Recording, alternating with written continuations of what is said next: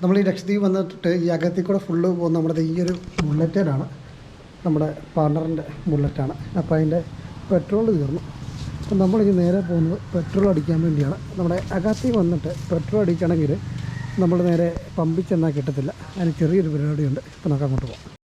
നമ്മൾ പെട്രോൾ അടിക്കാൻ വേണ്ടി പൊയ്ക്കൊണ്ടിരിക്കുകയാണ്. നമ്മൾ പെട്രോൾ അടിക്കുന്നത് എങ്ങനെയാണെന്ന് വെച്ചാൽ നമ്മൾ ആദ്യം ചെന്നിട്ട് അവിടെ നിന്നൊരു റെസീപ്റ്റ് ക്യാഷ് അടച്ച് റെസീപ്റ്റ് എടുക്കണം. ഏകദേശം 5 ലിറ്ററാണ് ഒരാൾക്ക് കിട്ടുന്നത്. എന്നിട്ട് ആ റെസിപ്റ്റും കൊണ്ട് ചെന്നിട്ട് അടുത്ത സ്ഥലത്ത് ചെന്നിട്ട് പെട്രോൾ നിറയ്ക്കണം. നമ്മുടെ അടുത്ത പോലെ നേരെ പമ്പിൽ ചെന്നിട്ട് മറ്റേ വണ്ടിയുടെ പെട്രോൾ ടാങ്ക് ഓപ്പണാക്കി കാശ് കൊടുത്താൽ പെട്രോൾ കിട്ടത്തില്ല. അപ്പോൾ നമുക്ക് പോയി കുറച്ച് പെട്രോൾ അടിക്കാം.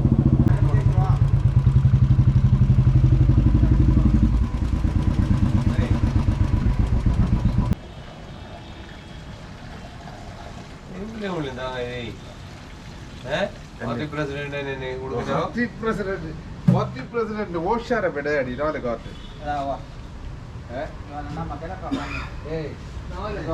ಗ್ರೌಂಡ್ ಕೋಡ್ 3 വണ്ടി ഞാൻ ജോഡിയില്ലല്ലേ ഈ എന്റെ ಗಾಟ್ പോക്കറ്റ് ഉണ്ട്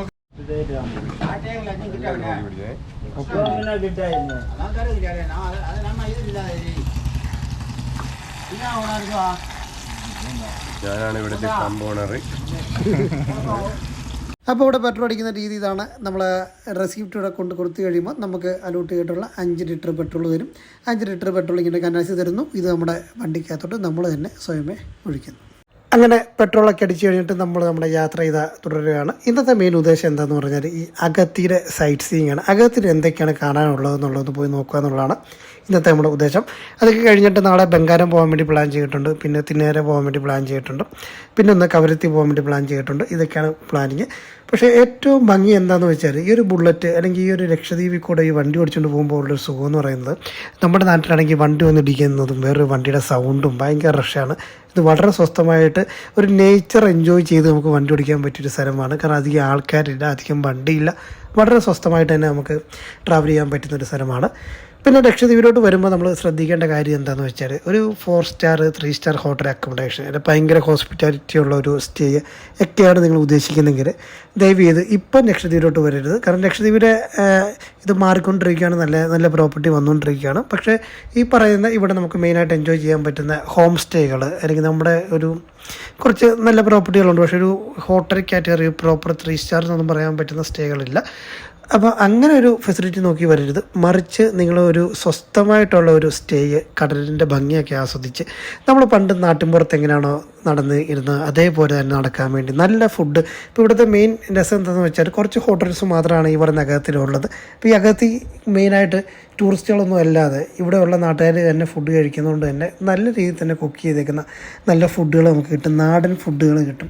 അതുപോലെ നല്ല ഈവനിങ് ടൈമൊക്കെ ആകുമ്പോൾ നല്ല രസമാണ് അതുവഴി നടക്കാൻ വേണ്ടി. കാരണം അധികം തിരക്കൊന്നും ഇല്ലാതെ നാട്ടുകാരെല്ലാം കൂടി ഇരുന്ന് വർത്തമാനം പറയുന്നതും കുട്ടികളെ കടത്തിരുത്ത് ക്രിക്കറ്റും ഫുട്ബോളൊക്കെ കളിക്കുന്നത് കണ്ട് ആസ്വദിച്ച് നടക്കാൻ പറ്റുന്നൊരു സ്ഥലമാണ്.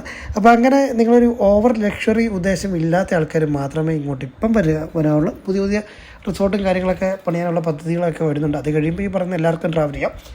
അല്ലാതെ ഇപ്പം ലക്ഷദ്വീപ് വരാൻ പറ്റുന്ന അടിപൊളിയായിട്ട് സ്കൂബ ഡൈവ് ചെയ്യാൻ ആഗ്രഹിക്കുന്നവർക്ക് വരാൻ പറ്റും. അല്ലെങ്കിൽ സ്വസ്ഥമായിട്ട് കടലിൽ നീന്തി അവിടുത്തെ ഒരു ഭംഗി ആസ്വദിക്കുന്നവർക്ക് വരാൻ പറ്റും. ബീച്ച് വഴി എൻജോയ് ചെയ്യാൻ പറ്റുന്നവർക്ക് നല്ലൊരു ലൊക്കേഷനാണ് ഈ പറയുന്ന ലക്ഷദ്വീപ്. നല്ല നല്ല ലക്ഷദ്വീപ് പാക്കേജുകൾക്ക് മറക്കാതെ നമ്മളെ കോൺടാക്ട് ചെയ്താൽ മതി. നിങ്ങൾ ഉദ്ദേശിക്കുന്ന രീതിയിലുള്ള ഏത് പാക്കേജും നമുക്കിവിടെ ചെയ്തു തരാൻ പറ്റും. ഞങ്ങളിപ്പോൾ നിൽക്കുന്നത് നമ്മുടെ ഈ അഗത്തിയിലുള്ള കടൽ വെള്ളം ശുദ്ധീകരിച്ച് നല്ല വെള്ളമാക്കി കൊടുക്കുന്ന പ്ലാന്റിലാണ്. സംസാരിക്കുന്നത് കേൾക്കാൻ നല്ല പാടായിരിക്കും. കാരണം ഇവിടെ നല്ല അടിപൊളി കാറ്റാണ്. എങ്ങനെയാണ് പുള്ളിയുടെ അഗത്തി വന്നിട്ട് ഇവിടെ ഒരു 10 ദിവസവും കൂടെ നിൽക്കാൻ പറ്റുക, അത്രയും സന്തോഷം. ഇവിടുത്തെ ഒരു ഭംഗി, ഒരു രസമാണ്. നമ്മൾ നേരത്തെ വന്ന സമയത്തുണ്ടല്ലോ ഈ കാണുന്ന തിരയൊക്കെ ഇങ്ങനെ ഭയങ്കര ശാന്തമായിട്ടാണ്. പക്ഷെ ഒരു കാറ്റടിച്ച് കഴിഞ്ഞപ്പം നല്ല അടിപൊളി തിരയും വരുന്നുണ്ട്. പിന്നെ സൈഡിലത്തെ വ്യൂ ഇതാണ്. നല്ല തെങ്ങുകളാണ് ഫുള്ള്. ഈ തെങ്ങ് കുറച്ചൊക്കെ ഇവർ വെച്ച് പിടിപ്പിച്ചെന്നാണ് പറഞ്ഞത്. കാരണം ഈ കാറ്റടിക്കുമ്പോൾ ഈ കാറ്റിൻ്റെ ശക്തി തെങ്ങ് കുറയ്ക്കും. വലിയ മരം അല്ലാത്തതുകൊണ്ട് അങ്ങനെ അധികം കാറ്റ് പിടിക്കാത്തതുകൊണ്ട് മറിയത്തുമില്ല. അപ്പം അതാണ് മറ്റേ ശുദ്ധീകരിക്കുന്ന പ്ലാന്റ്. നമുക്ക് അങ്ങോട്ടൊന്ന് പോവാം. അവിടെ നല്ല തിരമാലയൊക്കെ വന്ന് നല്ല അടിച്ച് നല്ല സെറ്റായിട്ട് കയറുന്നുണ്ട് കേട്ടോ. ഇതുവഴിയാണ് അങ്ങോട്ട് നടന്നു പോകുന്നത്.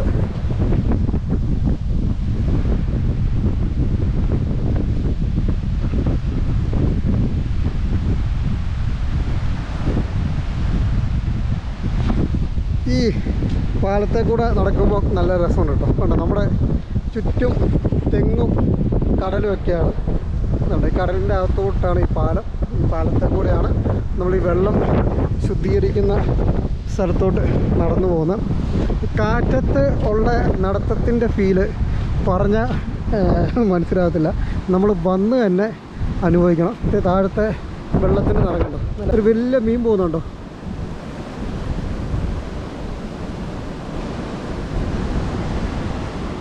എവിടെ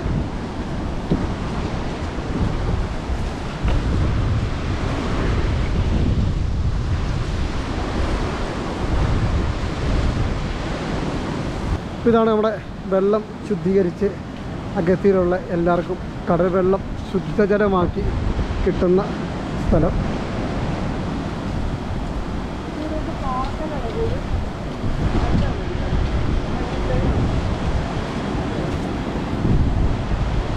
അങ്ങോട്ട് പോകാൻ പറ്റുമോടാ?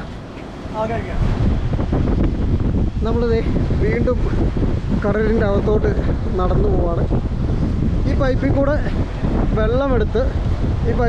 വെള്ളമെടുത്തിട്ട് ഈ ഒരു പ്ലാന്റിൽ കൊണ്ടുവന്ന് ഇവിടെ നിന്ന് വെള്ളം ശുദ്ധീകരിച്ച് എല്ലാവർക്കും കൊടുക്കുന്നു. നമ്മളിപ്പോൾ നിൽക്കുന്നത് ഈ ഒരു അതാണത്, ആ കാണുന്നതാണ് നമ്മുടെ കര. അവിടെ ഇത്രയും ദൂരം നമ്മൾ വന്നിട്ടാണ് ഇവിടെ ഈ കാറ്റത്ത് വന്ന് നിൽക്കുന്നതിൻ്റെ ഒരു ആംബിയൻസ് എന്ന് പറഞ്ഞാൽ അടിപൊളി ആംബിയൻസാണ്. ചുറ്റും നോക്കിയാൽ ഉണ്ടോ ഫുള്ള് നല്ല കടൽ. ഇത്ര നേരം നല്ല ശാന്തമായിട്ടിരുന്ന കടലാണ്. അപ്പോൾ ഇവിടെ ഒരു കാറ്റ് വന്നപ്പം ഈ കടൽ ഇങ്ങനെ അത്യാവശ്യം നല്ല തിരകളുണ്ട്. നാളെ നമുക്ക് പോകാനുള്ള സ്ഥലത്ത് ആ കാണുന്ന രണ്ട് ദൂരം ചെറിയ ദ്വീപ് വരെ കാണാൻ പറ്റും. ഒന്ന് ബംഗാരം, മറ്റേത് ചിന്നക്കര. ഈ രണ്ട് സ്ഥലത്തോട്ടാണ് പോകേണ്ടത്. ഇന്ന് പോകാൻ വേണ്ടി നിന്നാണ്. അപ്പോൾ ഈ ഒരു കാറ്റിൻ്റെ ശക്തി കാരണം പിന്നെ ഇന്ന് വേണ്ടെന്ന് വെച്ചു, നാളെ പോകണം. പക്ഷെ ഇവിടെ ഇതിൻ്റെ അപ്പുറത്തോട്ട് പോകണ്ടെന്ന് പറഞ്ഞു, കടലിങ്ങനെ ആയതുകൊണ്ടല്ലേ. സൈഡിൽ പോയി കാണിക്കായിരുന്നു. നല്ല രീതിയിൽ തന്നെ ചില സമയത്ത് വെള്ളം അടിച്ച് ഇവിടം വരെയൊക്കെ കയറി വരും. അപ്പോൾ ഇതാണ് നമ്മുടെ ഇതാണ് നമ്മുടെ അഗത്തിയുടെ ഒരു ഭംഗി. ഒരു 3 നൈറ്റൊക്കെ വന്നു കഴിഞ്ഞാൽ താമസിക്കാൻ ബെസ്റ്റാണ്. 3-4 നൈറ്റ് വന്ന് അഗത്തി താമസിക്കാൻ നല്ല അടിപൊളിയാണ്. കാരണം നമ്മൾ വന്നു കഴിഞ്ഞാൽ നമുക്ക് ഫസ്റ്റ് ദിവസം വന്ന് സൈറ്റ് സീയിങ് പോകാം. ജസ്റ്റ് എല്ലാ സ്ഥലങ്ങളൊക്കെ പോയി ഒന്ന് കണ്ടു കഴിഞ്ഞിട്ട് 2ാമത്തെ ദിവസം രാവിലെ എഴുന്നേറ്റ് സ്കൂബയ്ക്ക് പോകാൻ പറ്റും. പിന്നെ സ്കൂബ കഴിഞ്ഞിട്ട് നമുക്ക് മറ്റേ കയാക്കിങ് കടലിൽ കൂടെ ചെറുതായിട്ട് ചെയ്യാൻ പറ്റും. പിന്നെ നൈറ്റ് ഫിഷിങ്, അതും കൂടെ ആ ഒരു 3 സംഭവം വന്ന ഒരു ദിവസം അടിപൊളിയായി. പിറ്റേ ദിവസം മോർണിംഗ് നമുക്ക് വേണമെങ്കിൽ ഞാൻ നേരത്തെ കാണിച്ച ദ്വീപിൽ നമ്മുടെ ബംഗാരം, തിന്നക്കര, അവിടെ നമുക്കൊരു ഡേ ട്രിപ്പ് പോവാം. രാവിലെ പോയി കഴിഞ്ഞാൽ വൈകിട്ടാണ് തിരിച്ചു വരുന്നത്. പിന്നെ പിറ്റേ ദിവസം രാവിലെ നമുക്ക് റിട്ടേൺ കയറിപ്പോയാൽ 3 ദിവസം വരെ ഫുൾ എൻഗേജ്ഡ് ആയിട്ട് നമുക്ക് ഈ ലക്ഷദ്വീപ് അഗത്തിയുടെ ഭംഗി നമുക്ക് ആസ്വദിക്കാൻ പറ്റും.